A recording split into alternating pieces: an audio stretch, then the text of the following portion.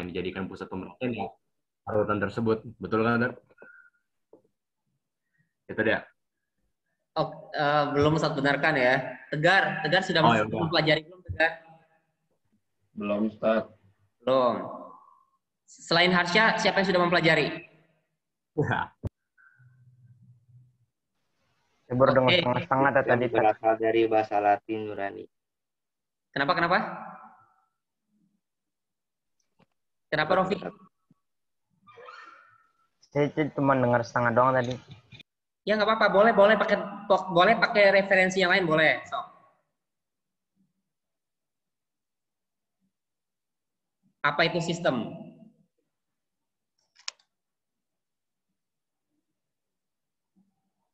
Oke, Farli tadi sempat nyala itunya, audionya. Coba Farli, sistem apa menurut Farli? Nggak tahu, Tat. Saya, Tat. Nggak tahu. Akilah Jamil. Sistem ada 3 jenis ya kan, Dar? Ya, Nggak tahu, Tat. ya, Ustaz belum membenarkan Ya, jawaban Asia ya. Oke, Aulia. Oh, Aulia. Lagi ditonton, Tat. Oke. Tat. Ya, gimana Farli? Sistem berasal dari bahasa Latin dan bahasa Yunani, adalah suatu kesatuan yang terdiri atas komponen atau elemen yang dihubungkan bersama untuk memudahkan aliran informasi, materi, atau energi untuk mencapai suatu tujuan. Dar. Bisa dipahamin nggak bahasanya? Mantep. Coba diulang lagi, Farli. Coba diulang lagi. Sistem berasal dari bahasa Latin dan bahasa Yunani adalah suatu kesatuan yang terdiri atas komponen atau elemen yang dihubungkan bersama untuk memudahkan aliran informasi, materi, atau energi untuk mencapai satu tujuan. Oke. Coba Harsha diulang, jawaban Harsha. Hah? Jawaban Harsha diulang. Maksudnya biar teman-temannya ngamatin persamaan dan perbedaannya. Oh, ya itu mah lebih masuk akal, Dar. Farli lebih ya. Tadi sesuai dengan konsep yang Ustadz ajarkan, kan sistem bisa kita bilang sebagai pusat perhatian kita kan, kita fokusnya di situ, pusat penelitian. Nah, di luarnya itu adalah suatu lingkungan. Nggak harus lingkungan kayak gini, kayak botol juga kan, dalamnya ada larutan, itu bisa jadi pusat pemerhatian kita, itu sebagai sistemnya. Karena ada komponen-komponennya. Dan kan yang kita harapkan juga hasil dari reaksi tersebut, kalau reaksi direaksikan dengan satu larutan lain gitu, jika masuk. Dan di luarnya itu, ya itu lingkungannya. Dan sistem juga 3 jenis kan, ada sistem. Oke, sebenarnya yang Ustadz ajarkan itu sebenarnya sederhana ya. Boleh pakai pengertian dari Rofi terus tadi Fadli ya. Sesuai dengan tadi asal bahasanya boleh. Tapi agar lebih memudahkan kita dalam belajar, kita pakai definisi yang sederhana aja. Seperti yang tadi disampaikan oleh Harsya. Jadi sistem itu adalah pusat perhatian atau pengamatan kita. Nih, misalnya kita pengen ngamatin masker. Nah, masker ini adalah sistem. Di luar masker, termasuk Ustadz atau termasuk kalian, itu adalah lingkungannya. Kayak gitu. Dan sistem dan lingkungan itu bisa dipersempit atau bisa diperluas definisinya tergantung kita sebagai pengamat. Misalnya nih, kita ubah sistemnya itu adalah reaksi pembakaran dari masker. Misalnya masker kita bakar. Berarti sistemnya adalah reaksi dari pembakarannya. Kayak gitu ya. Oksigen ditambah masker menjadi apa produknya, itulah sistem. Nah, di luar itu adalah lingkungan, termasuk kita. Kayak gitu. Kalau Ustadz pengen mengamati apa nih yang di belakangnya Rofi, yang di dinding, jam ya? Iya, Ustaz, iya. Nah, misalnya Ustadz pengen ngamatin jam yang ada di dindingnya Rofi. Nah, berarti jam itu adalah sistem. Di luar itu adalah lingkungan, termasuk Rofi atau termasuk barang-barang yang ada di sekitar jam, termasuk temboknya. Nah, itu adalah lingkungan, kayak gitu. Bisa dipahami ya? Ada yang masih kesulitan memahami nggak?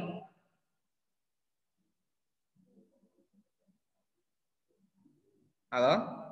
Mahrandi sudah paham belum?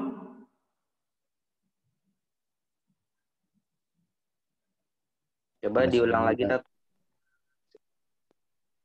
Sistem itu pusat pengamatan kita, pusat pengamatan dari peneliti, atau pusat perhatian. Kalau kita pengen memperhatikan jam dinding tadi di rumahnya Rofi, nah berarti jam dinding tersebut itu adalah sistemnya. Nah, di luar sistem itu adalah lingkungan. Jadi ketika kita belajar termokimia, kita harus mempelajari dua istilah penting, yaitu sistem dan lingkungan. Karena nanti ada pertukaran kalor dan ada pertukaran materi nanti antara sistem dengan lingkungan. Kayak gitu. Jadi kita harus memahami dua definisi penting, yaitu sistem dan lingkungan. Jadi cara gampangnya sistem itu adalah apa yang kita amati atau apa yang kita perhatikan. Kayak gitu. Misalnya Ustadz pengen ngamati kacamata dari Deva. Nah, kacamatanya adalah sistem. Di luar kacamata itu adalah lingkungannya. Nah, rambutnya, badannya itu adalah lingkungan. Bajunya itu Batasan lingkungan sampai mana, Tad? Kenapa? Batasannya lingkungan nggak ada. Tidak ada batasan lingkungan, tidak ada batasan sistem. Salah, afwan. Tidak ada batasan lingkungan, tapi kalau sistem adalah yang diamati oleh kita, kayak gitu. Jadi sistem itu bisa diperluas atau bisa dipersempit, tergantung kitanya pengen ngamati apa. Kalau kita pengen ngamati Deva secara keseluruhan, berarti yang ada di dalam diri Deva itu adalah sistem. Kalau tadi kan kita ngamati cuma kacamata. Nah, sekarang kita pengen ngamatinya Deva secara keseluruhan. Mulai dari ujung rambut sampai ujung kaki. Nah, berarti itu adalah sistemnya. Berarti lingkungannya semakin sempit kan? Yang tadi rambut itu sebagai lingkungan, sekarang sudah menjadi sistem. Kayak gitu. Berarti kalau di sekitarnya ada tembok, itu lingkungan nggak, Tad? Betul, itu lingkungan. Kecuali kalau misalnya diamatinya adalah ruangan Deva. Ruangan sekarang Deva stay nih. Berarti adalah temboknya adalah sistem. Kayak gitu. Jadi tergantung Ervan. Ervannya pengen ngamati apa. Kayak gitu. Bisa dipahami ya? Bisa, Tad, bisa. Sebentar. Nih misalnya Ustadz bawa botol nih. Botol ini Ustadz pengen ngamatinya botol aja. Botol dan keseluruhannya. Nah berarti ini adalah sistem. Tapi kalau misalnya Ustadz pengen ngamatinya cuma cairannya aja, cairan yang ada di dalam botolnya, nah berarti sistemnya adalah cairannya. Oke, bisa dipahami ya? Bisa, bisa.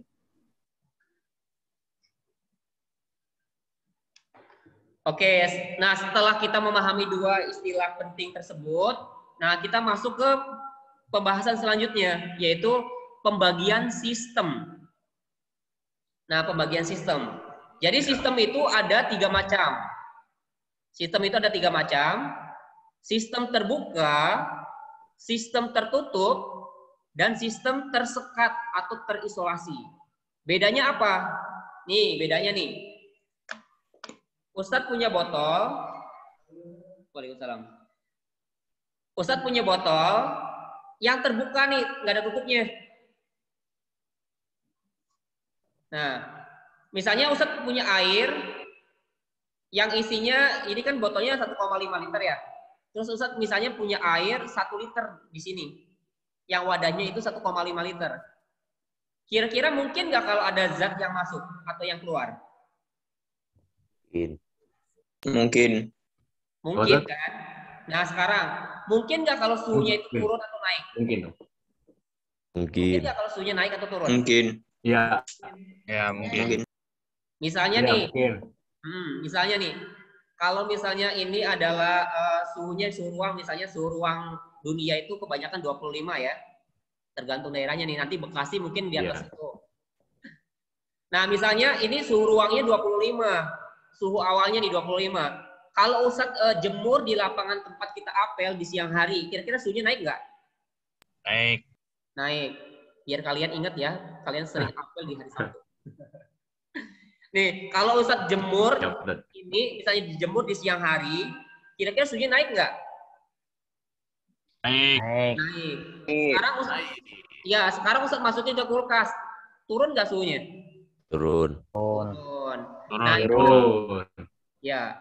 Terus ini kan tadi dijemur nih di siang hari. Kira-kira menguap nggak airnya? Menguap, menguap.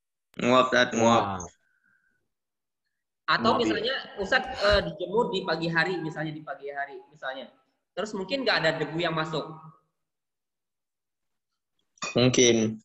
Atau kotorannya lain lah yang masuk misalnya. Atau zat lain, misalnya gas yang terlarut ke dalam air misalnya. Nah, itu namanya sistem terbuka. Jadi sistem terbuka itu adalah sistem yang mungkin terjadi pertukaran kalor dan pertukaran materi atau zat. Ingat ya, sistem terbuka adalah sistem yang dapat terjadi pertukaran materi dan pertukaran energi atau kalor. Kalau tutup berarti nggak bisa berubah, Tat. Tahu sekarang pakai logika deh. Sekarang Ustaz tutup nih, tuh udah ditutup nih. ya Tat. Ditutup rapat ya, ditutup rapat. Kira-kira Iya. mungkin ada zat yang keluar? Enggak. Hampir nggak mungkin. Toh, yang punya pandangan mungkin nggak? Enggak. Enggak. Nggak mungkin. Sekarang suhunya mungkin nggak berubah? Mungkin. Tapi kalau Mungkin, dijemur suhunya mungkin. berubah, Tat. Itu mungkin. Mungkin.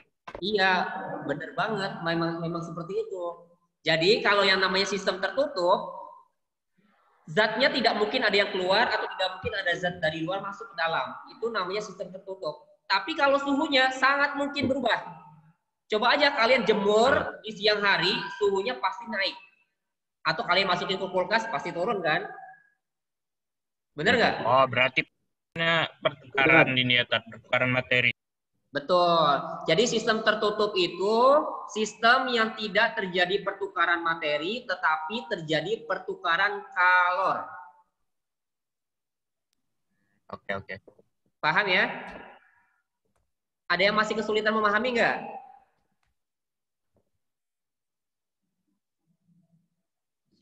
Ahsan. Ahsan, paham nggak Ahsan? Insya Allah paham, Ustaz. Oke. Allah, Ustaz. Zaki, paham nggak Zaki?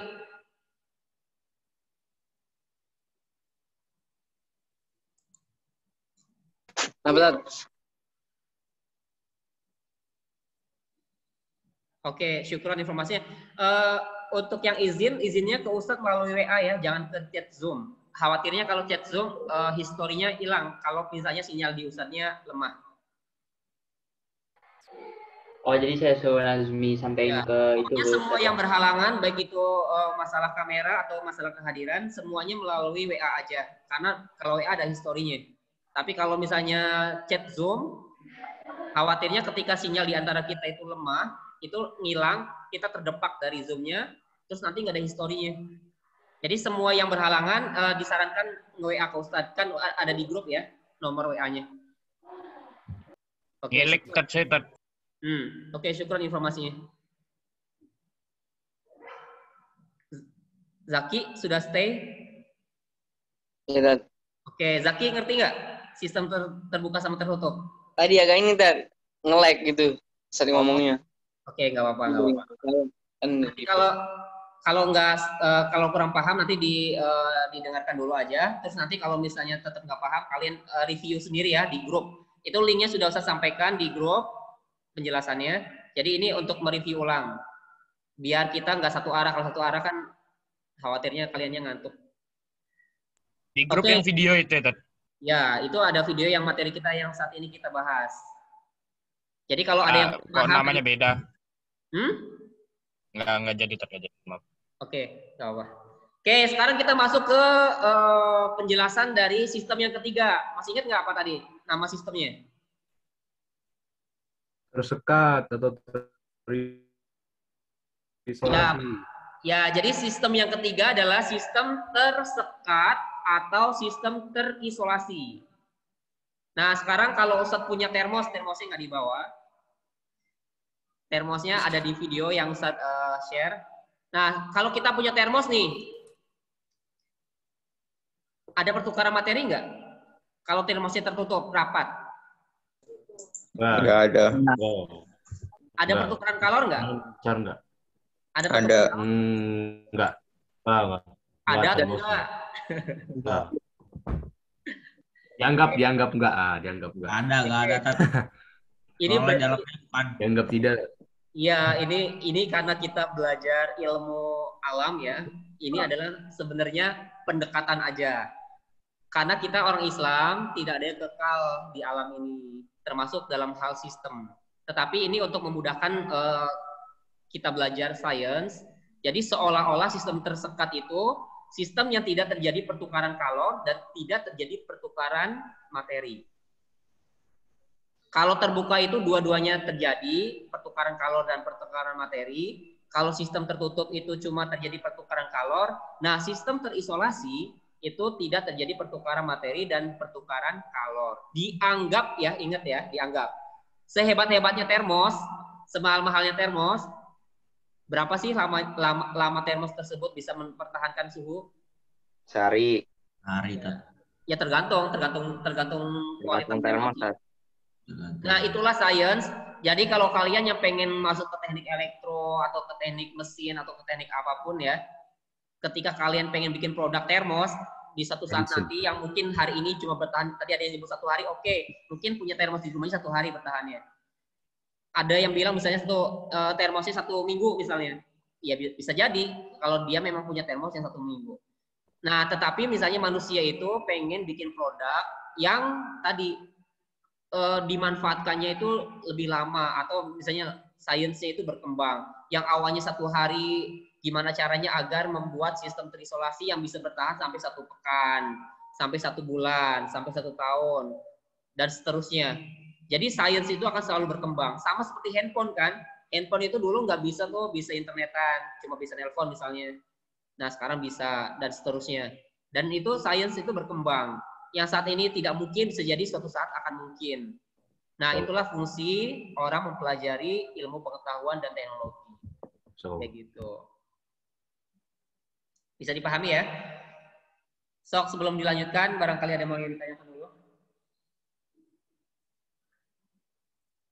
Boleh kalau ada yang mau ditanyakan terlebih dahulu.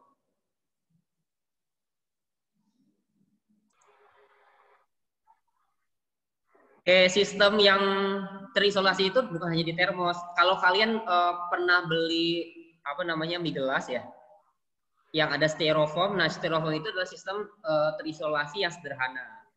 Makanya dia bisa mempertahankan suhu walaupun beberapa jam. Gitu. Mie gelas styrofoam yang mana, Tat? Nggak ada dah. Pop mie. Ya, pop mie lah. Pokoknya itu kan produk. Pop mie. Ya pokoknya yang di wadah styrofoam yang kayak gitu, yang bisa diseduh.